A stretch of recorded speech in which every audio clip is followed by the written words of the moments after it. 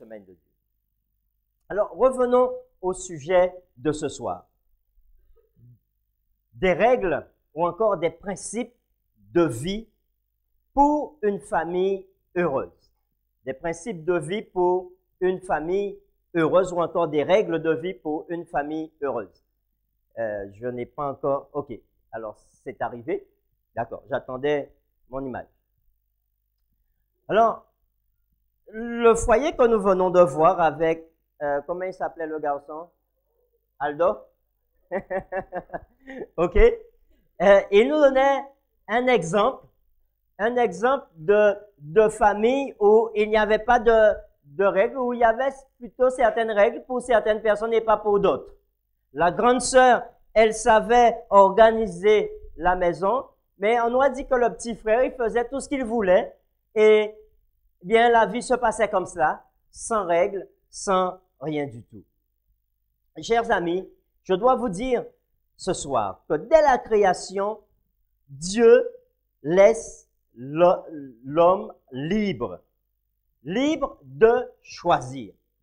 Et je dois vous dire que le choix est un élément fondamental pour une vie heureuse. Imaginez que vous êtes à un endroit et vous ne pouvez jamais choisir. Vous êtes enfermé et on vous donne à manger. Vous devez manger tous les jours 10 riz et pois rouges, le lendemain pois rouges et puis 10 riz, et ainsi de suite. Vous n'avez pas de choix. Vous devez porter un uniforme, vous n'avez pas de choix de vêtements non plus. Vous devez avoir une même pensée. Alors, à ce moment-là, comment on se trouve? On est un robot. Et on est obligé de fonctionner de façon carrée sans avoir la possibilité de choisir entre marron et blanc. Vous voyez, même au niveau des carreaux, on a fait un choix ici. Hein? On a mis une partie en blanc, l'autre partie en marron. Alors, ceux qui préfèrent le blanc vont passer du côté des carreaux blancs et ceux qui préfèrent le marron vont passer du côté des carreaux marrons. Et ça, c'était une boutade pour vous faire rire. Mais il y a toujours la possibilité de choisir. Dieu a basé le bonheur aussi sur un autre élément qui est à la base de son royaume.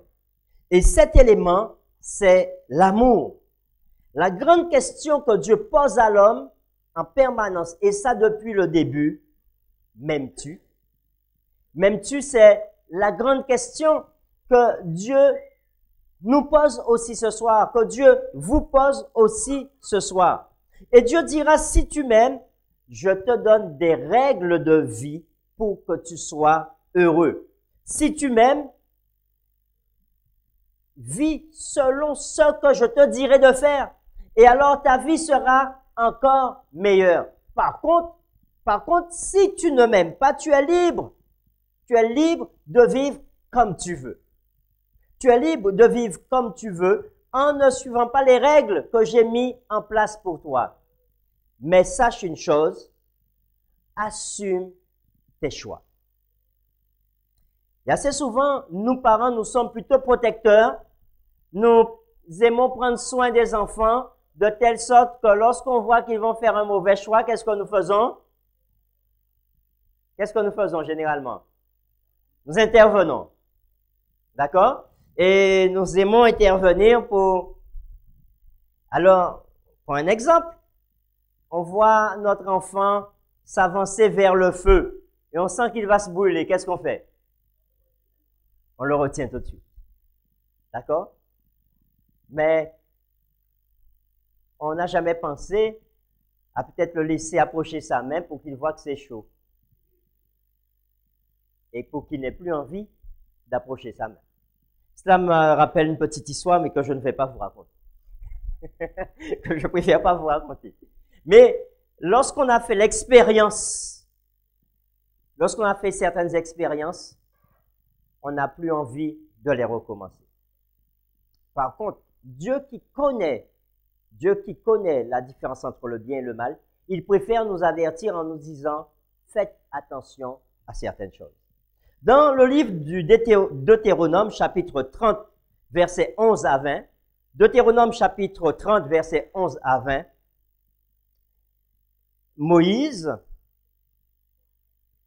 va écrire des paroles que Dieu lui-même a prononcées. Deutéronome chapitre 30, versets 11 à 20.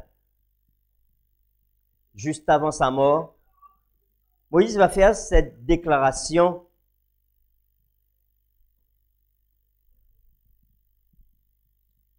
Deutéronome chapitre 30 à partir du verset 11. J'espère que vous avez trouvé. Moïse dit ceci: ce commandement que je te prescris aujourd'hui n'est certainement point au-dessus de tes forces et hors de ta portée. Il n'est pas dans le ciel pour que tu dises: qui montera pour nous au ciel et nous l'ira chercher? Qui nous le fera entendre afin que nous le mettions en pratique? Il n'est pas de l'autre côté de la mer pour que tu dises: qui passera pour nous de l'autre côté de la mer et nous l'ira chercher? Qui nous le fera entendre afin que nous le mettions en pratique? C'est une chose au contraire qui est tout près de toi, dans ta bouche, dans ton cœur, afin que tu la mettes en pratique. Vois, je mets aujourd'hui devant toi la vie et le bien, la mort et le mal.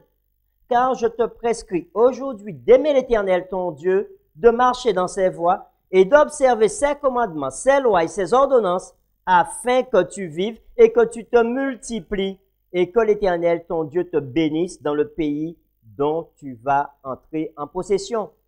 Mais si ton cœur se détourne, si tu n'obéis point, si tu te laisses entraîner à te prosterner devant d'autres dieux et à les servir, je vous déclare aujourd'hui que vous périrez, que vous ne prolongerez point vos jours dans le pays dont vous allez entrer en possession après avoir passé le Jourdain.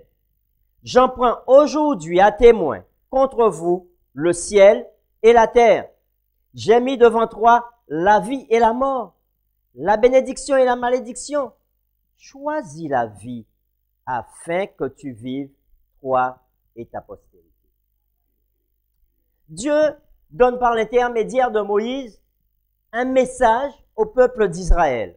Et ce message est pour nous aujourd'hui. Apparemment, dans ce message que nous venons de voir, il est question du bonheur de famille. Du bonheur de famille. Et qu'est-ce qui me permet de voir ici qu'il s'agit du bonheur de famille? Eh bien, simplement parce qu'il est parlé de toi et tes descendants, de ceux qui viendront après toi.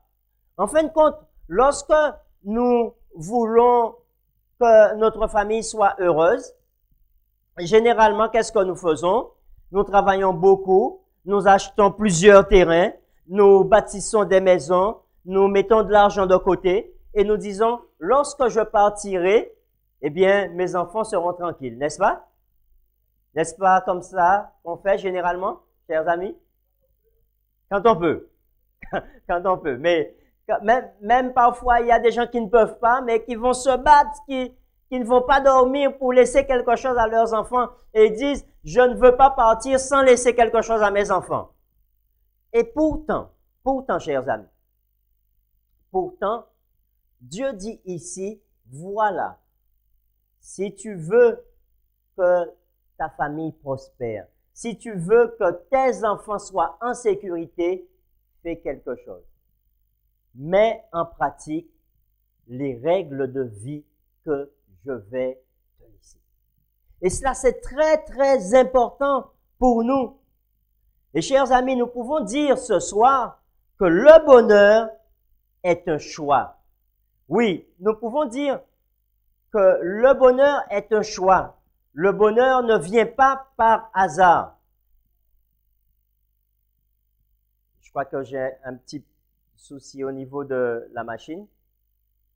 Il ne veut pas répondre. Ça arrive. Oui.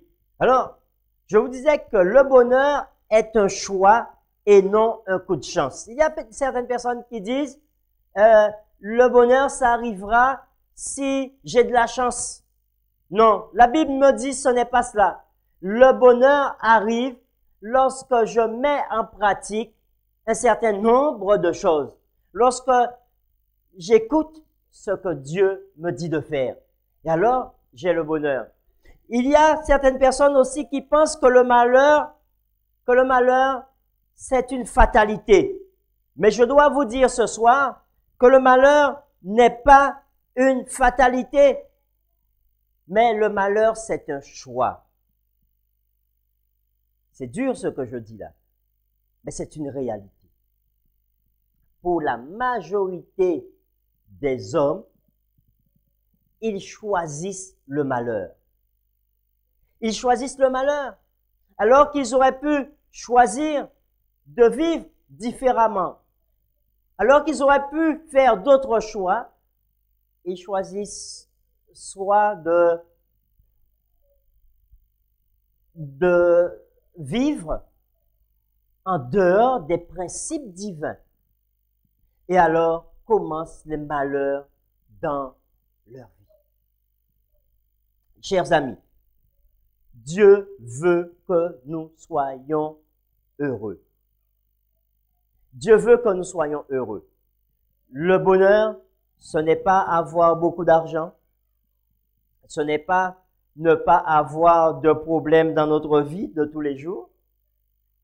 Ce n'est pas ça le bonheur. Mais le bonheur, c'est de vivre selon ce que Dieu veut pour notre vie. Et alors, il nous dit que non seulement nous serons heureux parce que nous vivrons en paix, mais nos enfants aussi seront heureux.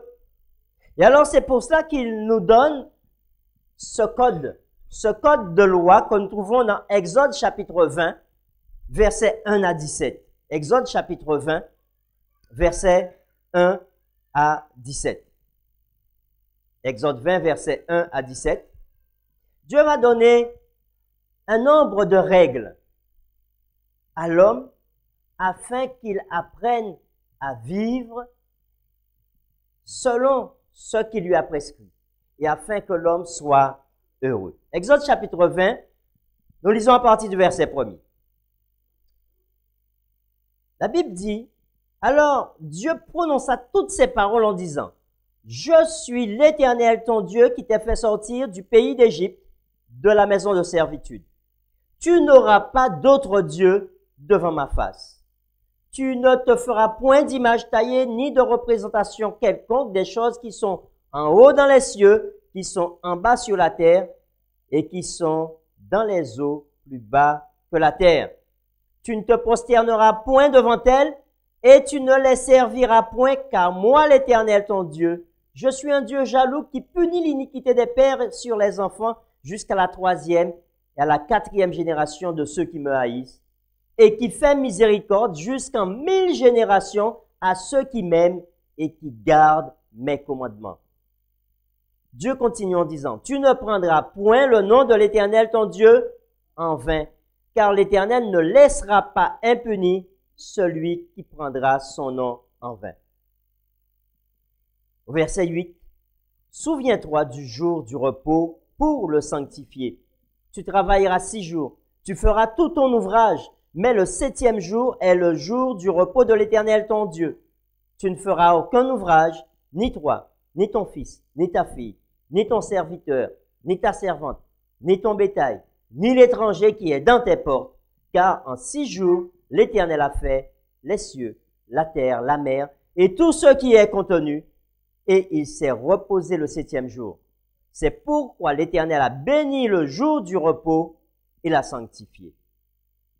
Honore ton père et ta mère, afin que tes jours se prolongent dans le pays que l'Éternel ton Dieu te donne. Tu ne tueras point, tu ne commettras point d'adultère, tu ne déroberas point, tu ne porteras point de faux témoignages contre ton prochain. Tu ne convoiteras point la maison de ton prochain, tu ne convoiteras point la femme de ton prochain, ni son serviteur, ni sa servante, ni son bœuf, ni son âne, ni aucune chose qui appartienne à ton prochain. Voilà contenu ici un certain nombre de règles que le Seigneur va fixer à son peuple. Et dit à son peuple, si tu mets en pratique ces recommandations, alors ton bonheur sera assuré. Chers amis, nous devons savoir qu'à la base de ce que nous appelons le décalogue ou encore les 10 commandements, il y a une loi.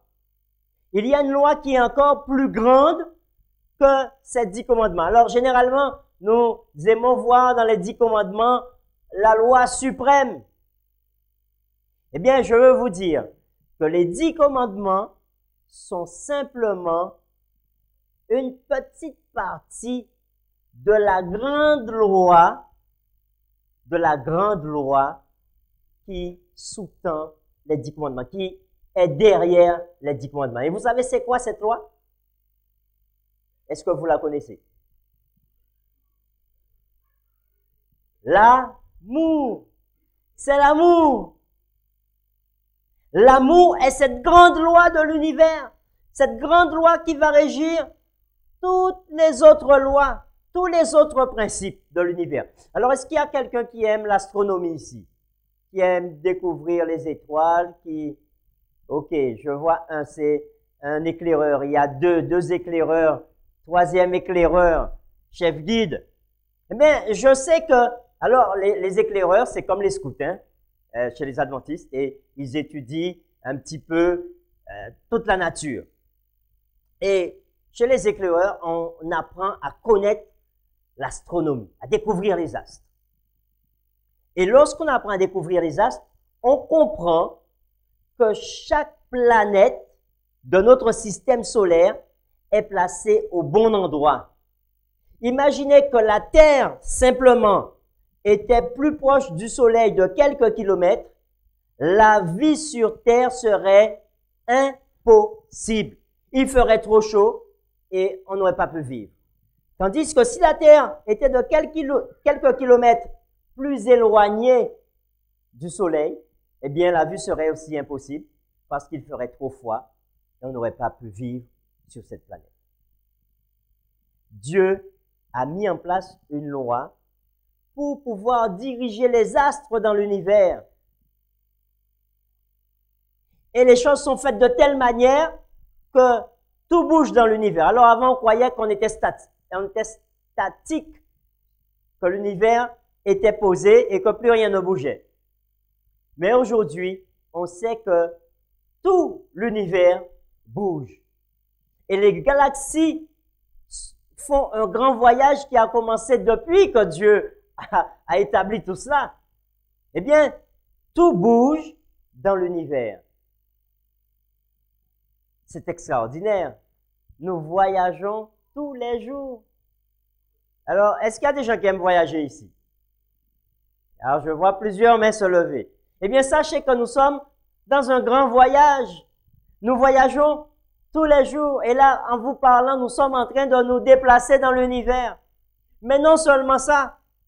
La Terre, notre galaxie se déplace. Mais notre Terre, elle tourne sur elle-même. Et depuis 24 heures, nous avons fait un grand voyage en tournant, sans avoir le tournis, hein. Vous savez, quand vous tournez comme cela, en permanence, eh bien, après un certain temps, après un certain moment, vous allez vous effondrer, vous allez tomber. Mais Dieu a fait les choses de telle sorte que nous tournons, hein, sur nous-mêmes, sans tomber. Mais ce qu'il y a de plus formidable, en même temps, nous tournons autour du soleil. Pendant combien de jours ce voyage va durer? 365 jours. Nous allons voyager comme ça autour du soleil. Et autre chose, notre galaxie, elle tourne aussi. Elle tourne aussi. Et pour ceux qui aiment l'astronomie, eh bien, nous trouvons juste sur une branche de notre galaxie, puisque lorsqu'on regarde, il y a plusieurs bras comme cela. Nous trouvons au bout d'un bras, ce qui nous permet de voir la Voie lactée par beau ciel. Hein, par nuit étoilée, on peut voir la Voie lactée. Et c'est extraordinaire. Et ça, c'est une des lois que Dieu a mis. Comme cette loi que Dieu nous a donnée. les 10 commandements qui nous disent, eh bien, pour vivre sur cette planète-là, il faut mettre en pratique ces 10 commandements. Parce que Dieu veut que nous soyons heureux. Alors, passons en revue rapidement ces 10 commandements. Le premier commandement nous dit quoi? Le premier commandement nous dit qu'il nous faut avoir un seul Dieu. Un seul Dieu, pas plusieurs. Dieu dit, tu n'auras qu'un seul Dieu et ce seul Dieu, c'est moi. Ce ne sont pas les autres dieux parce que Israël sort du pays d'Égypte et en Égypte, il y avait beaucoup de dieux. Il y avait le soleil. Alors, ils appelaient le soleil comment? Pour ceux qui ont fait un peu d'égyptologie. Ra. Hein? Ra, c'était pas les rats qui courent, hein? Mais ils appelaient le soleil Ra. La lune était une déesse, et ainsi de suite. Le fleuve, le Nil, c'était aussi un dieu. Et ils avaient beaucoup de dieux. Alors Dieu dit attention au polythéisme plutôt. Ça, c'est mauvais. Si vous voulez être heureux, choisissez un Dieu, le vrai Dieu, le Dieu créateur qui peut veiller sur vous et vous apporter le bonheur. Le deuxième commandement, Dieu dit attention, même si en Égypte, on faisait des idoles, comme cette idole, ces idoles que vous voyez, même si en Égypte, ils faisaient des idoles, ils faisaient des images taillées, vous, non. Ne faites pas comme les Égyptiens. Croyez simplement que j'existe. Vous voyez ma puissance. Vous me voyez agir dans vos vies. Et croyez simplement que je suis là. Mais n'essayez pas de faire comme les Égyptiens, essayez de représenter un Dieu. Parce que personne ne m'a vu. Alors n'essayez pas de me représenter, ni de vous prosterner devant des statues quelconques. Le troisième point, Dieu dira à son peuple, ne prends pas mon nom et ne mélange pas mon nom à toutes les sauces. Aujourd'hui, on voit le nom de Dieu mélangé à tout. Je ne sais pas si vous avez remarqué cela. On mélange le nom de Dieu à toutes sortes de choses. Et Dieu dit, attention, ça c'est un blasphème et je ne laisserai pas impunis les gens qui le font. Alors, en quoi ces choses ont un rapport avec la famille?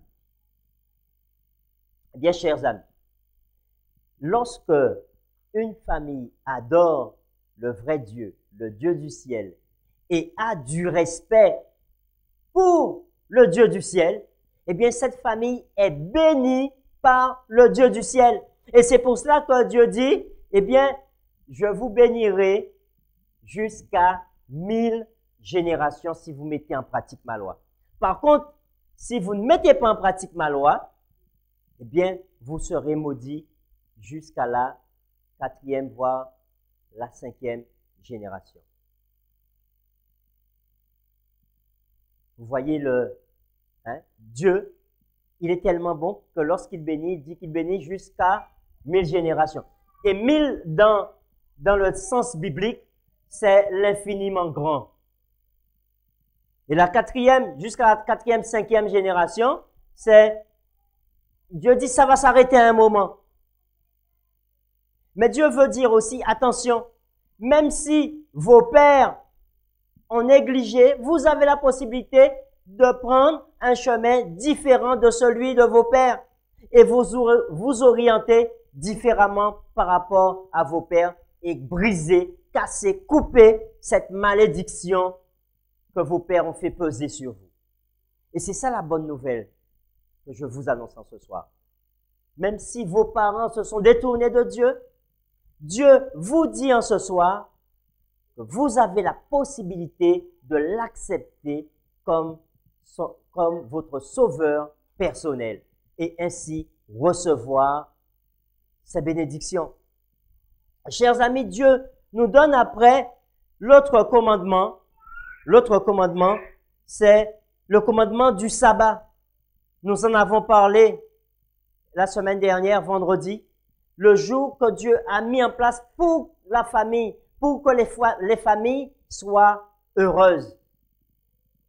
Et si vous voulez vivre un bon moment en famille, observez le sabbat de Dieu. Donnez ce jour-là à Dieu pour être heureux en famille. L'autre commandement parle des parents. Respectez ses parents. Oh, parfois, on voit des personnes négliger leurs parents, maltraiter leurs parents lorsqu'ils sont âgés. Oh, que c'est triste lorsqu'on maltraite ses parents, mais que c'est bien lorsqu'on prend soin de ses parents, même s'ils ont un âge avancé et qu'on veille sur eux. Dieu dit que pour ceux qui prennent soin de leurs parents, eh bien, qu'est-ce qui va se passer? Leurs jours vont se prolonger. Si vous voulez vivre longtemps, prenez soin de vos parents, respectez vos parents. Trop souvent aujourd'hui, on voit des jeunes, des enfants qui n'ont plus aucun respect pour leurs parents. Et chers jeunes, vous qui avez des enfants, apprenez vos enfants depuis petits à vous respecter et avoir du respect aussi pour les personnes plus âgées. Et moi, je crois beaucoup aux bénédictions. Et lorsque quelqu'un plus âgé que moi me dit, petite bon Dieu qui est béni, eh bien, je suis content. Je suis content parce que je sais que cela va se réaliser réellement. Prenez soin des personnes âgées qui se trouvent parmi vous dans vos communautés. Ayez du respect pour les familles, pour les parents. Cela, c'est très important, c'est primordial. Et après, Dieu donne un autre commandement. Il dit, tu ne tueras point. Le meurtre, c'est quelque chose qui détruit les familles. Parfois, on entend un frère a tué son frère pour 5 cm terre. 5 cm terre, alors que parfois, il n'a pas trouvé terre là. Il n'a pas acheté terre là, il a trouvé là. C'est le père qui a fait le partage. Mais parfois, mon cas, de toute façon, depuis on va parler de terre, depuis on va voir géomètre la venir, j'apprends ça baillot. Comme si on devait prendre le coup là pour séparer la terre, pour partager la terre. Non, c'est une barrière qu'on met, n'est-ce pas? Mais on va prendre ça baillot pour faire en séparation. Alors, mes amis, faisons attention à cela. Et puis, il y a une chose, c'est que parfois notre langue aussi peut tuer. Et beaucoup de personnes ont déjà perdu la vie parce qu'une langue les a tués. Et on va y revenir tout à l'heure. Dieu dit, après, tu ne commettras point d'adultère. Pour qu'une famille soit heureuse, il ne peut pas y avoir l'adultère. Comment peut-on vivre avec plusieurs femmes ou encore avec plusieurs maris? Dieu dit, attention, ces choses-là ne doivent pas se passer dans votre pays, chez vous, dans votre peuple. Et vous connaissez non seulement les conséquences morales, mais aussi les conséquences physiques de l'adultère. Regardez toutes les maladies, comment on dit déjà, les MST, les maladies sexuellement transmissibles. Et cela se transmet parfois à travers le monde. Le 8e commandement où Dieu dit, tu ne voleras point. Il y a des personnes, dès qu'ils voient un billet de 500 € quelque part, même pas de 500 €, de 10 €. Dès qu'ils voient un billet de 10 €, oups! Il n'y a pas ça qui est monde qui dépose, hein? Et il va mettre en poche à eux. Dieu dit attention. Même dans les foyers, faites attention. Les grands frères ou les petits frères, ne volez pas l'argent de vos frères. Ou encore, Alors, moi j'ai grandi comme cela. Chez ma mère, il pouvait y avoir de l'argent sur la table, personne ne touchait. C'était comme ça. Il pouvait y avoir de l'argent à terre, on prenait l'argent, on déposait sur la table. Donc, on ne prenait pas l'argent pour courir à la boutique pour aller acheter des cicamantes. Même si c'était 5 centimes, nous avons reçu comme éducation, vous ne touchez pas. Cela ne vous appartient pas. Et on connaît bien ce dicton qui dit, celui qui vole un œuf, vole un bœuf. Et c'est comme ça, lorsqu'on apprend à voler petit à petit à la maison, et bien demain, on se retrouve et on devient un voleur.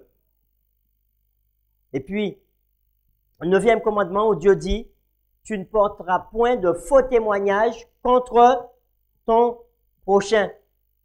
Et nous savons que la loi, dans le code civil, le faux témoignage est puni. Le faux témoignage est puni par la loi. Et puis, le dernier commandement, tu ne convoiteras point. Oh, même si vous aimez les bateaux comme moi, même si vous voyez un beau yacht à côté d'une belle villa, hein, vous allez à la marina, vous avez votre villa, et derrière votre villa, vous attachez votre bateau. À qui ne rêve pas de quelque chose comme ça, surtout lorsqu'on est jeune. Beaucoup rêvent de cela. Mais Dieu dit, non, non, non, tu ne dois pas convoiter. Ça appartient à ton prochain. Tu ne peux pas convoiter ce qui appartient à ton prochain. Chers amis, ces 10 règles de vie ont une relation étroite avec nos familles. Et si nous mettons en pratique ces règles de vie, nos familles seront heureuses. Mais Dieu ne donne pas seulement ces 10 règles. Dieu parle aussi d'une loi qu'on appelle une loi sanitaire, une loi de la santé pour nous permettre d'aller mieux. Et pendant quelques minutes, je vais appeler une spécialiste de la santé. Eh bien, cette spécialiste de la santé, elle peut dire plus que moi au niveau de la santé. Dieu donne des règles pour que nous puissions être en bonne santé. Alors, vous la voyez, elle paraît toute jeune, mais c'est une gynécologue, j'allais dire gynécologue, une sage-femme. Ben, je souhaite que tu deviennes un jour peut-être gynécologue, qui le sait. Mais c'est une sage-femme. Elle met au monde des enfants. Tu en as mis combien au monde hier soir? Non, tu n'as pas travaillé hier soir? Si, il y a eu plusieurs accouchements. C'était difficile la nuit? Très. Elle a dit que c'était très difficile. Mais elle connaît plus sur moi au niveau de la santé. Dis-nous, qu'est-ce que Dieu nous conseille pour avoir une bonne santé et être heureux? Bonsoir à tous. Alors, selon la Bible, dans 1 Corinthiens 6, versets 19 et 20, il nous dit que notre corps est le temple du Saint-Esprit. C'est un verset qu'on connaît bien. Et le fait de savoir que notre corps est le temple du Saint-Esprit, nous devons en prendre soin, ainsi bien aussi de notre mental. Donc, c'est pour ça que Dieu, le grand médecin par excellence, il nous a donné des principes, on va dire, fondamentaux de la santé. Il a inspiré Ellen White, qui a mis tout ça par écrit dans son livre Ministère de la guérison, où elle évoque les 8 principes. Donc, les 8 principes qui sont la nutrition, l'air, le repos, la tempérance, l'exercice physique, la confiance en Dieu, le soleil et l'eau. Je crois que j'ai tout dit, les 8. Je n'ai pas compté. Donc, on reprend la nutrition, oui. L'exercice physique, l'eau, le soleil, la tempérance, l'air, le repos et la confiance en Dieu. Ok. Donc, ces 8 principes ont des fondements sur des remèdes naturels. Et on voit que les scientifiques ont validé ces 8 principes.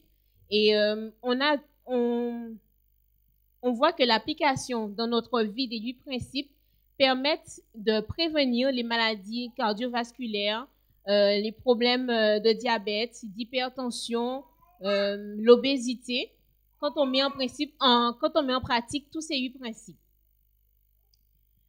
Alors, comment dire? Donc, les 8 principes, comme je disais, ont été validés et ce sont des médecins adventistes qui ont permis de mettre en place des programmes thérapeutiques et éducatifs qu'on a appelé cet ensemble-là le New Start. Okay. Donc, le New Start, c'est une appellation, on va dire, ils ont déposé un copyright dessus. Okay. Et donc, ça veut dire qu'on ne peut pas l'utiliser n'importe comment sans autorisation officielle. Donc, c'est par rapport aux fruits du travail de ces médecins adventistes qui ont permis de mettre en place ces programmes thérapeutiques et éducatifs sur la santé. Donc, est-ce que je peux te poser une petite question? Oui. Par rapport à tout ce que tu nous dis?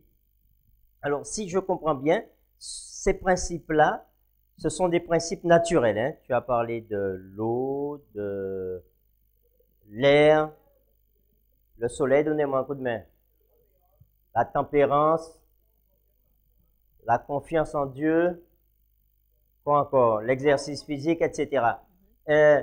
Maintenant, dis-nous, est-ce qu'il faut boire beaucoup ou ne pas boire trop? Comment ça se met en place dans nos vies? Comment on peut mettre ça en place dans nos vies? D'accord. Donc, ces 8 principes ont donné lieu à différentes thérapeutiques, comme les hydrothérapies, les programmes d'exercice physique, les régimes diététiques.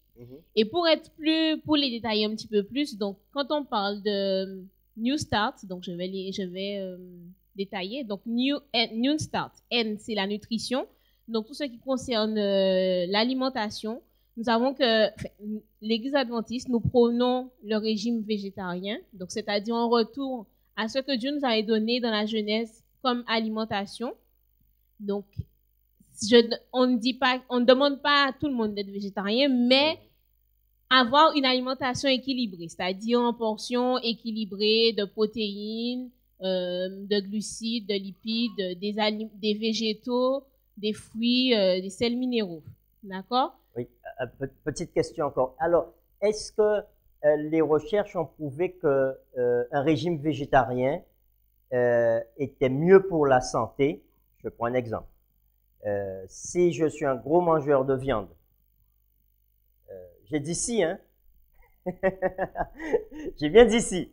Si je suis un gros mangeur de viande et que je suis mal, est-ce que en changeant mon alimentation, en adoptant ce régime que Dieu avait donné au départ, est-ce que je vais me sentir mieux? Est-ce que ça aura un effet positif sur ma santé?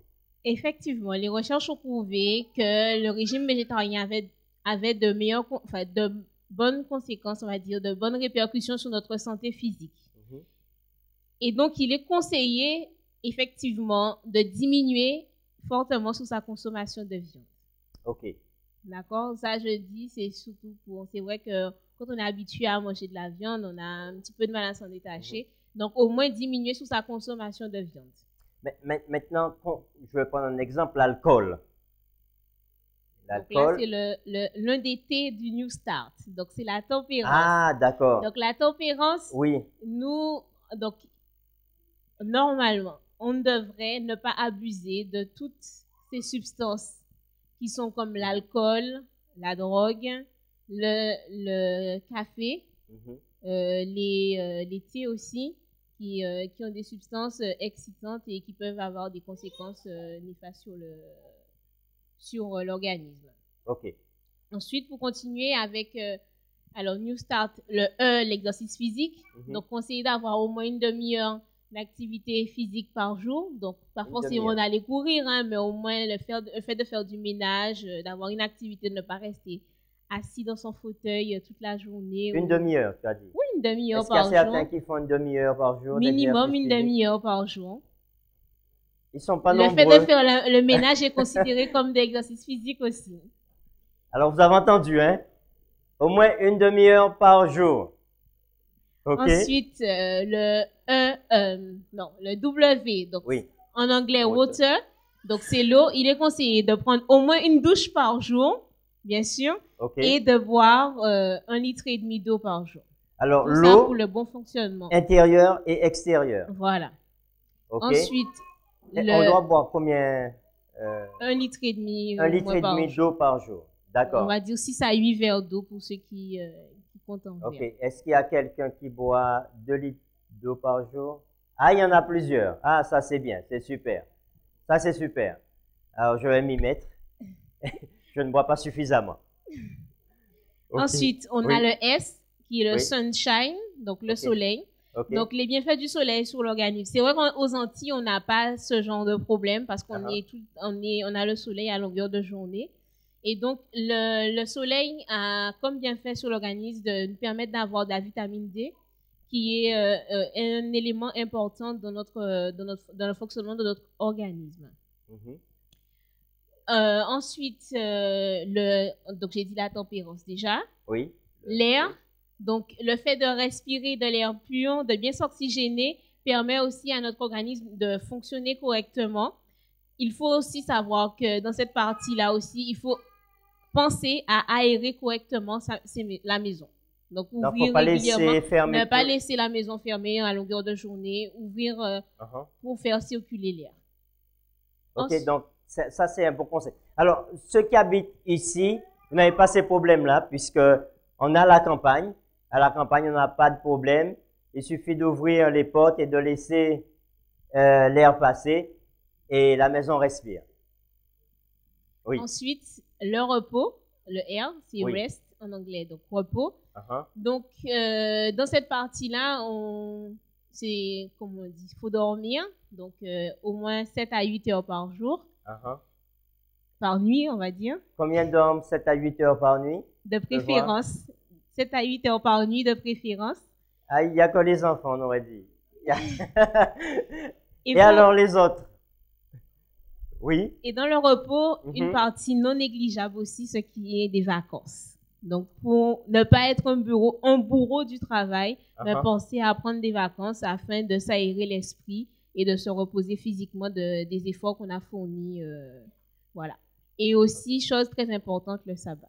Dans le repos. Alors, tu es en train de nous assurer qu'en mettant en place ce principe, on vivra plus heureux et peut-être plus longtemps. Quand on met quand on met en pratique les 8 principes, Oui. nous avons de meilleures chances pour vivre plus longtemps et en meilleure santé. Et le dernier principe, Oui. mais pas excuse-moi. le dernier, comment on dit, le dernier, mais pas les moindres. Oui. Trust in God, Mhm. la confiance en Dieu. OK. D'accord? Donc, comme il est dit, le fait d'avoir confiance en Dieu, de nous reposer sur lui, quand nous avons dans notre vie de tous les jours et quand nous avons des difficultés, nous permet aussi de vivre plus longtemps parce que nous délaissons nos soucis et nous avons quelqu'un sur qui nous reposer. Et donc, nous sommes moins stressés, un petit peu moins stressés dans la vie. OK. Eh bien, je te remercie beaucoup, beaucoup pour ces précisions. Alors, vous voyez qu'il est important pour nous de mettre en pratique non seulement les 10 commandements que nous venons de lire, mais ce New Start, si je crois bien, ça tire son origine de la parole de Dieu aussi. Effectivement. Donc, c'est à partir de la Bible qu'on a découvert que Dieu avait mis en place ces différents principes pour que nous soyons en meilleure santé. Alors, tu as dit tout à l'heure quelque chose au début, que notre corps est le temple du Saint-Esprit. C'est bien cela? Effectivement, comme nous le voyons dans 1 Corinthiens 6, verset 19 et 20. D'accord. Alors, je te remercie beaucoup de ton apport et je crois que ce qu'elle nous a apporté, notre sage-femme, eh bien, nous permet de nous rendre compte qu'il nous faut aussi garder le corps que Dieu nous a donné. Il n'y a pas que l'aspect spirituel, intellectuel, mais il y a l'aspect physique aussi, parce que Dieu veut que nous soyons heureux à tout point de vue. Il y a des dizaines de personnes qui chaque jour meurent dans les hôpitaux ou encore souffrent Parce que vous savez que lorsque nous tombons malades, lorsque nous avons fait un AVC ou autre, eh bien, nous souffrons. Nous sommes paralysés parfois. Nous souffrons.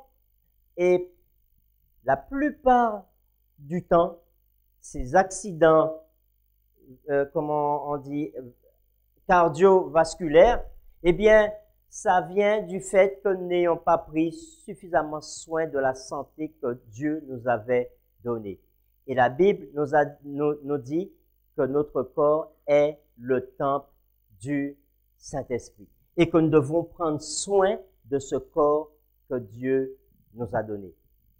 Chers amis, je veux vous dire, alors que nous arrivons à la fin de notre rencontre ce soir, je veux vous dire une chose, c'est que Dieu veut que des familles soient heureuses. Mais pour que nos familles soient heureuses, eh bien, il faut aussi que nous puissions mettre en pratique les règles de vie. Et si nous mettons en pratique ces règles de vie, non seulement nous vivrons en meilleure santé physique, mentale et spirituelle, mais nous vivrons aussi plus longtemps. Aujourd'hui, alors qu'on arrive à une période où il y a beaucoup de centenaires, et il n'y a pas longtemps, j'ai vu une émission où on montrait des centenaires.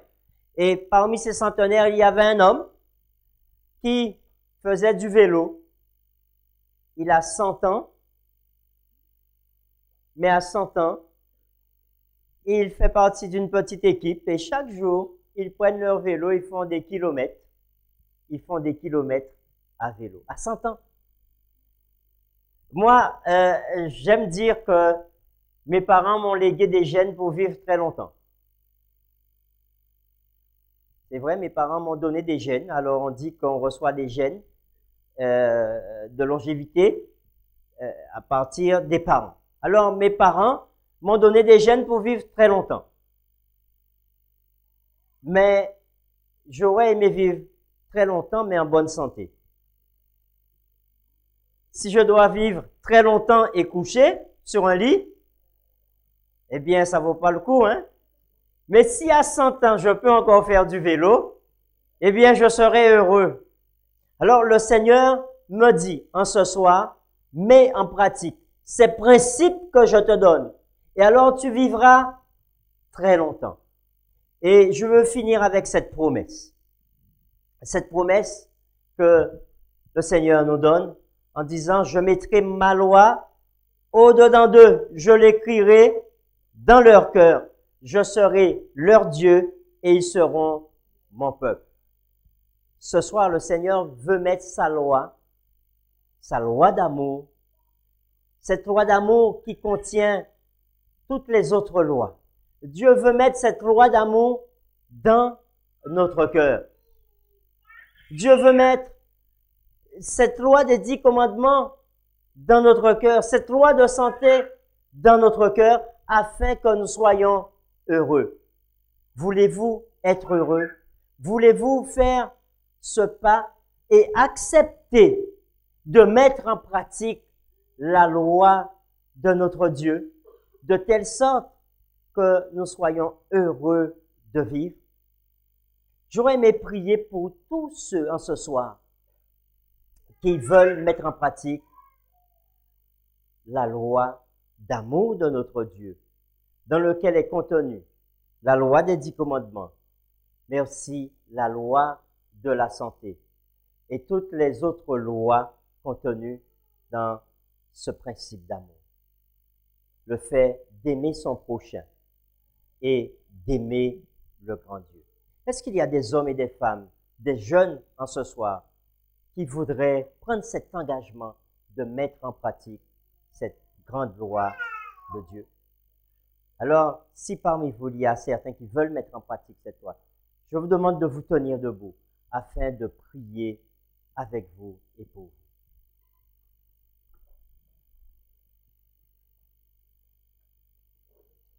Nous allons incliner la tête et nous allons prier.